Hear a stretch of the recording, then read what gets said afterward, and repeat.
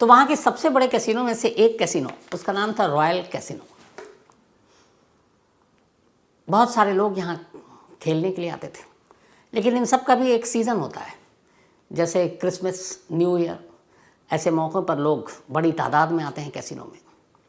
तो सबसे ज़्यादा जुआ खेलने के लिए सबसे ज़्यादा कमाई उसी दौर में होती है। मतलब कई कई 100 करोड़ रुपए, वो भी फॉरेन करेंसी में, डॉलर वॉलर में वहाँ ज़्यादा खेल होता है, क्योंकि नेपाली करेंसी की वैसे चूँकि वैल्यू नहीं है बाहर में, तो आमतौर पर जो डॉलर है उसी की मान्यता है, उसी में वहाँ पर उस कैसीनो में आप जाइए और खेलिए, एक्सचेंज कीजिए अपना करेंसी डॉलर में। तो इस कैसीनो की इस कमाई के बारे में कुछ चोरों को पता चला, और उन्हें यह भी पता चला कि इस कैसीनो में सबसे ज़्यादा पैसे कब होते हैं। उन्हें यह भी पता चला कि इस कैसीनो की कमाई के पैसे कितने दिन में या कितने घंटे में बैंक तक पहुंचा दिए जाते हैं। अब बैंक में जाकर लूटना मुश्किल है।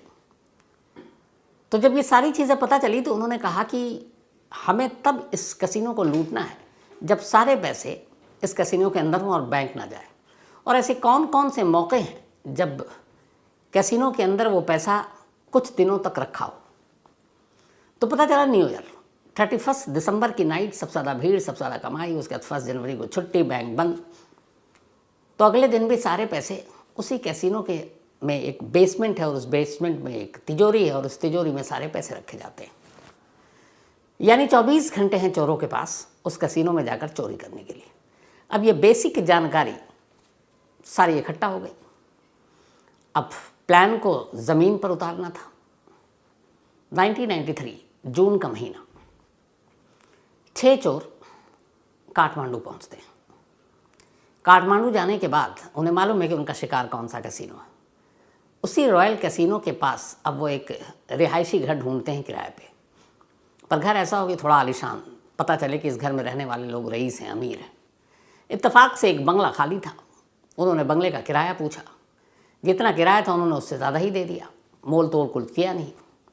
बंगले वाला भी खुश, उसने कहा चलो इतने पैसे मिल रहे हैं। 6 लोग थे ये, 6 के 6 को वो बंगला किराए पर दे दिया गया। अब ये 6 वहीं अपना बंगले में रहते, पार्टी करते, शाम को घूमते, इधर उधर जाते, बाकी कैसीनो में जुआ खेलते, लेकिन उस कैसीनो में नहीं जाते जहाँ इनको जाना था। उससे पहले आगे बढ़ूँ, आगे के बारे में बताऊँ, याद आया कि कुकू FM पर 2 ऑडियो बुक है, एक 100 करोड़ बैंक हाइस्ट और जामताड़ा। 100 करोड़ बैंक हाइस्ट के बारे में यह है कि आपको ऐसे बैंक के बारे में जानने को मिलेगा जो शायद किसी हॉलीवुड या बॉलीवुड की फिल्मों में भी आपने उसकी कहानी नहीं सुनी होगी। इसके अलावा जामताड़ा के बारे में शायद आपको पता ही हो, चाहे वो अपने हॉलीवुड बॉलीवुड के स्टार हों, पॉलिटिशियन हों, खिलाड़ी हों, आम लोग हों, इन्होंने ऐसे बैंक अकाउंट पे हाथ साफ किया है कि क्या बताऊँ। तो ये दोनों ऑडियो बुक आप कुकू FM पर ज़रूर सुनिए, और हाँ, पूरा सुनिए, शुरू करके फिर छोड़ मत दीजिएगा, आखिर तक जाइएगा, मज़ा तब आएगा। तो कुकू FM देश का बेस्ट ऑडियो शो प्लेटफॉर्म है। 15 लाख से ज़्यादा इसके एक्टिव हिंदी पेड सब्सक्राइबर हैं। कुकू FM हर महीने 4200 घंटे के कंटेंट्स के साथ सामने आता है, और इस पर 10,000 से ज़्यादा ऑडियो बुक हैं, जिसे आप कभी भी कहीं भी किसी भी ज़ुबान में सुन सकते हैं, ख़ासतौर पर हिंदी में। इसमें biography, business, crime, entertainment, politics, तमाम बुक हैं। और क्राइम तक फैमिली के लिए ख़ास ऑफ़र है कुकू FM ऐप की तरफ से, और वो ऑफ़र है इस बार 50% डिस्काउंट। तो यानी आप पहले महीने के लिए सिर्फ 49 रुपीज़ में सब्सक्रिप्शन हासिल कर सकते हैं, और 10,000 से भी ज़्यादा जो ऑडियो बुक का ख़जाना जहाँ चाहें जब चाहें सुन सकते हैं। और डिस्क्रिप्शन में लिंक है, तो लिंक में जाएं और क्राइम तक फैमिली के लिए क्राइम 50 कूपन कोड है, उसका इस्तेमाल करें और 50% डिस्काउंट पाएँ। 99 रुपीज़ का सब्सक्रिप्शन पहले मंथ के लिए सिर्फ 49 रुपीज़ में। धीरे धीरे वक्त बीता। अब जानबूझकर उस कैसीनो में इनमें से कोई नहीं गया था, लेकिन इनकी सारी नज़र उस कैसीनो की हर गतिविधियों पर रहती थी। इन्होंने पता करना शुरू किया कि उस कैसीनो में कितने स्टाफ हैं, कितने सिक्योरिटी गार्ड हैं, क्या क्या चीज़ें हैं वहाँ पर। अब जो साजिश का पहला चरण था, फर्स्ट फेज प्लानिंग के इनके, वो ये था कि कैसीनो के इस स्टाफ से दोस्ती करो, और दोस्ती ऐसी कि उन्हें पता ही नहीं कि उसके इस कैसीनो से कोई मतलब भी है, लेकिन दोस्ती ऐसे भी कि दिखाओ कि हम कितने रईस लोग हैं, कितने बड़े लोग हैं, अय्याश लोग हैं, पैसे खर्च करने आए, बेपनाह पैसे हमारे पास। अब इन्होंने एक एक कर उस कैसीनो के स्टाफ को अपने बंगले पर बुलाकर दावत देनी शुरू कर दी। जैसे ऐसे गए, उनको पता सब कुछ नज़र रखे हुए हैं, कौन कहाँ रहता है, क्या करता है। अब कहीं सिगरेट पीते हुए कहीं कैसीनो के बाहर कोई टकरा गया, हाय हेलो हुआ, बोला आप हमें अच्छे लगे, आइए कभी हमारे पास। अब वो सब भी मुलाजिम, एक मुश्त एक बंधा हुआ तनख्वाह उनकी। उन्होंने कहा चलो अच्छे लोग, तो एक एक करप स्टाफ घर आते, उनको महंगी महंगी शराब पिलाते, अच्छा खाना खिलाते और जाते आते कुछ गिफ्ट भी देते, और बदले में कुछ नहीं, बस ये कि दोस्ती है, वो भी खुश। ऐसे करके उन्होंने अलग अलग वक्त में अलग अलग कैसीनो के स्टाफ को अपने बुलाना शुरू किया। लेकिन सबसे एक बात कही, उन्होंने कहा देखो हमारे पास पैसे वैसे बहुत हैं, माहौल ठीक नहीं है, तो आपको मैं दावत देता हूँ, पार्टी देता हूँ, गिफ्ट देता हूँ, इसके बारे में प्लीज़ आप बाहर किसी को मत बताना, क्योंकि ये हमारे लिए अनजान देश है, कुछ भी हो सकता है। अब उधर स्टाफ की भी मजबूरी कि वो क्यों बताए कि मैं एक जगह पार्टी करने गया और मुझे ऐसे ऐसे गिफ्ट मिल रहा है, वो भी उसका भी मतलब पूरा हो गया, वो भी खामोश। और इसी खामोशी का फ़ायदा उठाकर धीरे धीरे उन्होंने जितने मेन स्टाफ थे उन सबको अलग अलग मौक़ों पर घर बुलाया, उनसे दोस्ती की, पार्टी की, गिफ्ट दिया, एक तरह से उनका भरोसा जीत लिया। और उन्हें भी ये पता है कि यार ये बुलाता है, खिलाता पिलाता है, गिफ्ट देता है और हमसे कोई काम तो कराता नहीं, ना पूछता है, ना कोई जानकारी। और ये लोग कैसीनो के बारे में कोई बात नहीं करते, बल्कि जो स्टाफ आता अगर वो बताना भी चाहता तो ये कहते हैं हमारा इसमें इंटरेस्ट नहीं है। धीरे धीरे वक्त बीता, कैसीनो के सारे स्टाफ के साथ इनकी ठीक ठाक दोस्ती हो गई। आधी जानकारी कैसीनो के बारे में पहले मिली, अब दूसरा फेज़ ये था कि कैसीनो की इनसाइड पूरी जानकारी ली जाए। अब इनसाइड जानकारी लेने के लिए क्या, तो अंदर जाना पड़ेगा। पहले स्टाफ का भरोसा जीता, कुछ दिन का गैप रखा, फिर उसके बाद ये कैसीनो में दाखिल हुए और जाके यूँ ही नॉर्मल खेला। 6 लोग थे, 1-2 लाख रुपए जीते, 1-2 लाख रुपए हारे। अब वहाँ स्टाफ सब देख रहा और पहचान रहा कि ये तो वही लोग हैं, इन्होंने भी मुस्कुराया, हाय हेलो हुआ, लेकिन बहुत नॉर्मल आकर खेले। हारे तो कोई बात नहीं, उठ के चले गए, और जीते तो वो पैसा जो है उन्होंने वहीं स्टाफ में बांट दिया। अब स्टाफ को भी लगा इतने अमीर लोग हैं यार, इनके लिए 1-2-3 लाख रुपए क्या बात है, जीत की रकम इन्होंने उड़ा दी, या तो कहा कि मेरी तरफ से खाना, मेरी तरफ से ड्रिंक। अब लेकिन इस दौरान में उन्होंने अंदर आकर कैसीनो की एक एक करके सारी जानकारी हासिल करनी शुरू की। मैनेजर कहाँ बैठता है, इनका तिजोरी कहाँ है, फिर उन्होंने बताया। मैनेजर से धीरे धीरे भी दोस्ती की कि हम भी यहाँ हैं, सुना नेपाल सेफ़ नहीं है, तो आप लोगों को तो और ख़तरा है, यहाँ पे तो आप गनर और ये सब रखते नहीं है। तो उसने बताया नहीं, कुछ सिक्योरिटी गार्ड हैं हमारे पास, हथियार भी है, लेकिन हमारा सेफ़ है वो सब कुछ।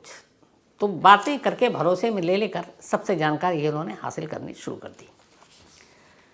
इन सारी चीज़ों में करीब 5 महीने बीत गए।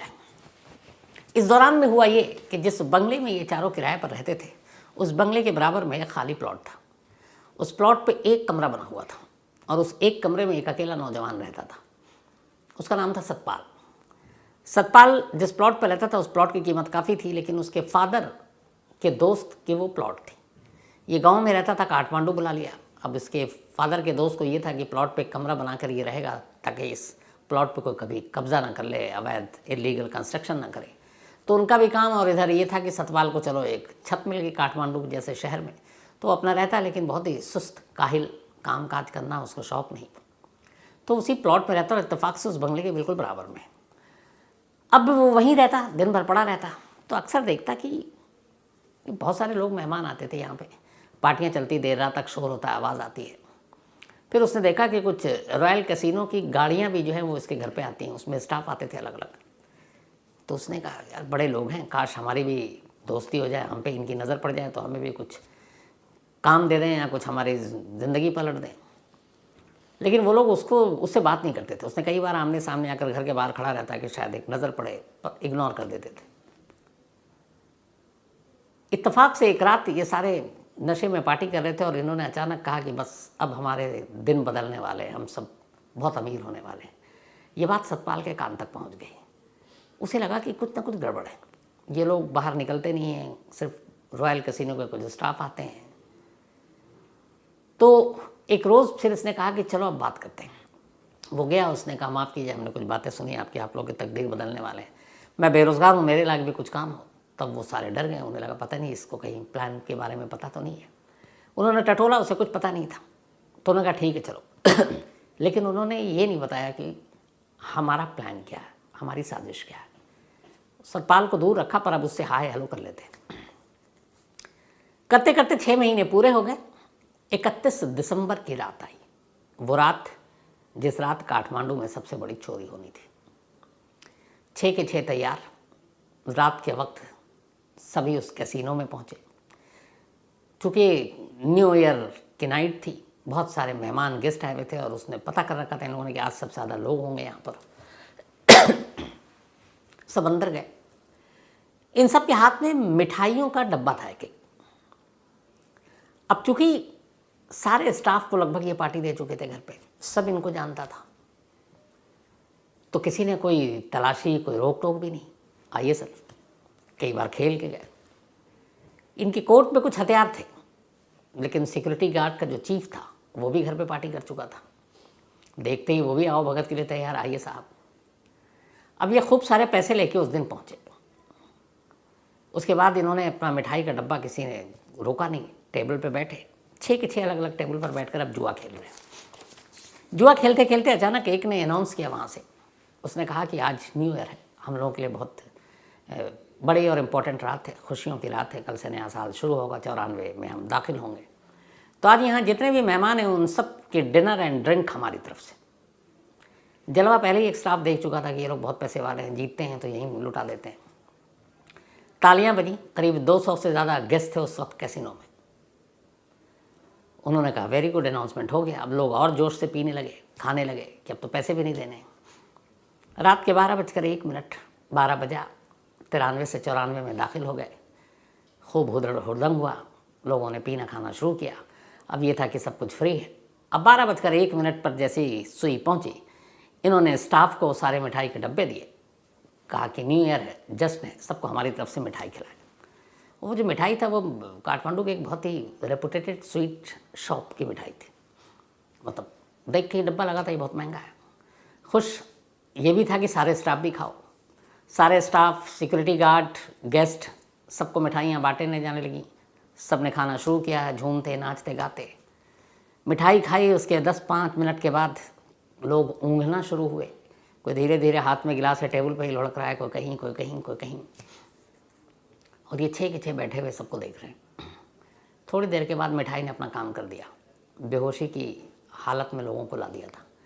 अब इन्हें यह भी पता था कि जो नीचे लॉकर है उसकी 2 चाबी है। एक चाबी उस कैसीनो के मैनेजर की जेब में है और दूसरी जो चीफ सिक्योरिटी गार्ड है उसकी जेब में। देखा तो चीफ सिक्योरिटी गार्ड ज़मीन पर बेहोश लुढ़का पड़ा हुआ है। मैनेजर थोड़ी सी होश में था, ऊँघा हुआ। मैनेजर की जेब से चाबी निकाली, सबके कोट के जेब में हथियार थे। अब उसके बाद कुछ ऐसे स्टाफ जो होश में थे, उन्होंने कहा इन सारे मेहमानों को एक हॉल में ले चलो। बराबर में एक हॉल था, सबको हॉल में डाला, दरवाज़ा बंद। उसके बाद 1-2 स्टाफ या 4 स्टाफ को इन्होंने करीब 2-3 या 4 अपने साथ नीचे ले गए, जो इनके पहले मेहमान रहे थे। उन्होंने कहा देखो तुम्हारा भी फ़ायदा होगा, तुम्हारा कुछ नहीं होगा बुरा, हमारे काम में मदद करो। नीचे ले गए, चाबी से लॉकर खोला। अब उसमें डॉलर ही डॉलर भरे हुए, करीब कहते हैं कि उस वक्त 500 करोड़ इंडियन करेंसी में 500 करोड़ रुपए थे। अब इसको कैसे ले जाएं? तो उसी कैसीनो के बैग रखे हुए थे वहाँ पर, और वो बैग इसलिए थे कि जब कैसीनो में पैसे जमा होते थे तो उन्हीं बैग में डालकर और वो बैंक में ले जाया करते थे। तो बहुत सारे बैग थे। उन्होंने उस पैसे को निकालना शुरू किया, कुछ स्टाफ की मदद से बैग में भरना शुरू किया, करना शुरू किया। करते करते 22 बैग में सारे पैसे भरे। तो उन्होंने 22 बैग भर लिए। अब 22 बैग लेकर ये कैसे जाए? बाहर एक ट्रक पहले से खड़ा था, 22 बैग उस ट्रक में रखा गया। ट्रक में बाहर ये लोग निकलते हैं, बाकी के स्टाफ थे उनको अंदर ही कुछ पैसे देकर बंद कर दिया। अब ये लोग एयरपोर्ट की तरफ, सीधे ट्रक में एयरपोर्ट पहुंचते और एयरपोर्ट के कार्गो में ट्रक जाता है। पहले से इन्होंने कोरियर बुक कर रखी थी।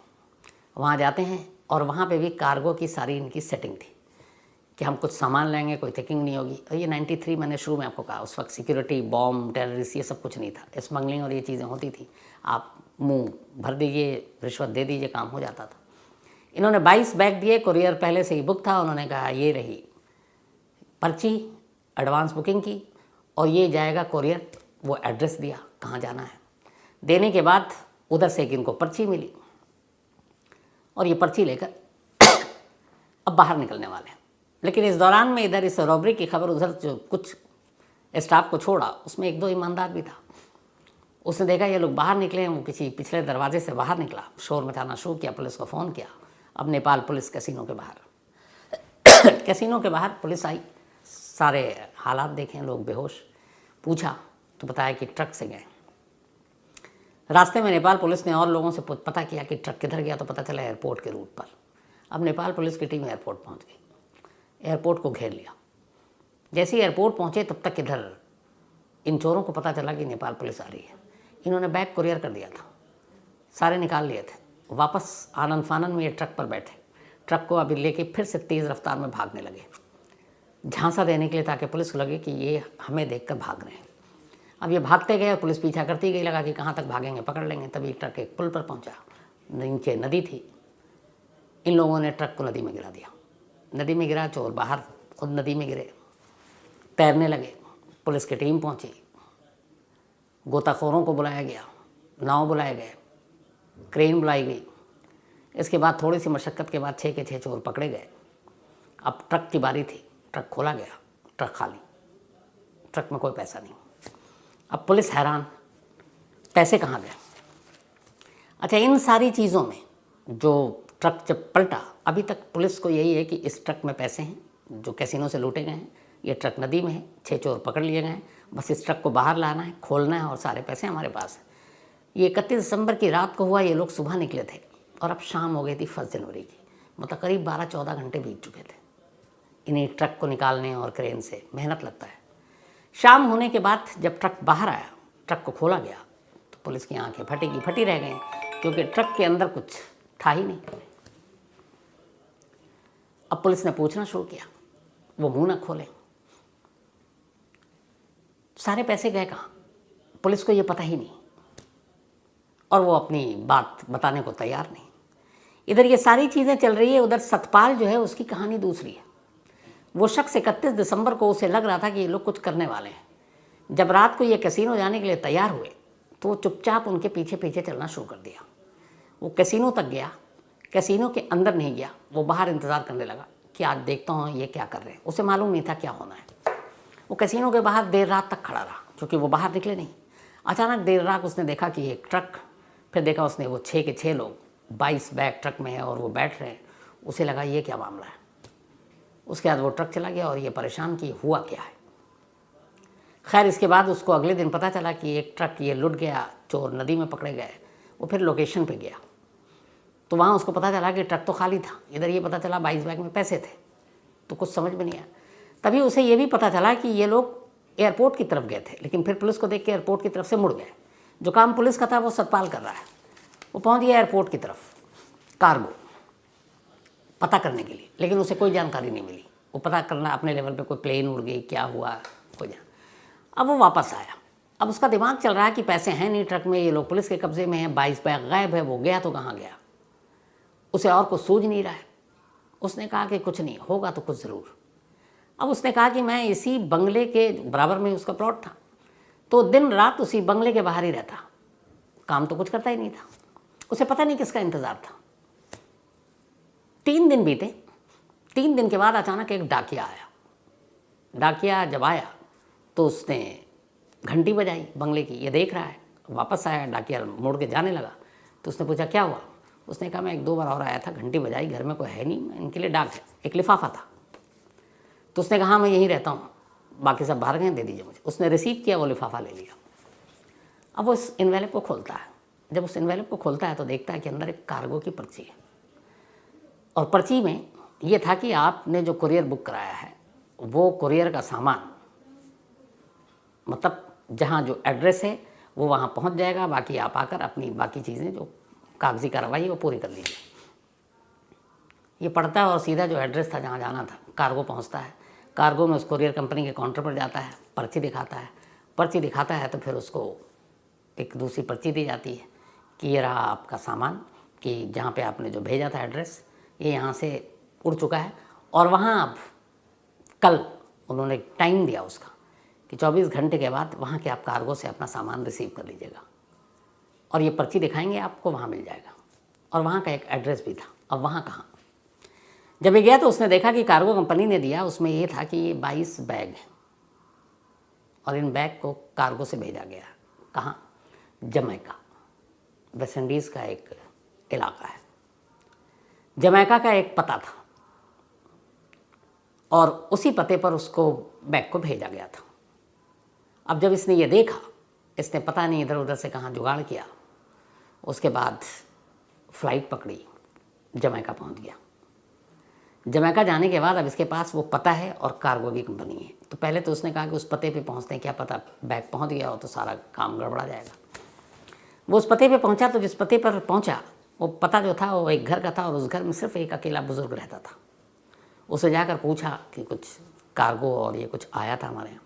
बुज़ुर्ग ने कहा नहीं। बुज़ुर्ग बेहद बूढ़ा और अकेला। उसने कहा चलो शुक्र है कि कोई आया नहीं। अब वो उसी घर के पास रहने लगा।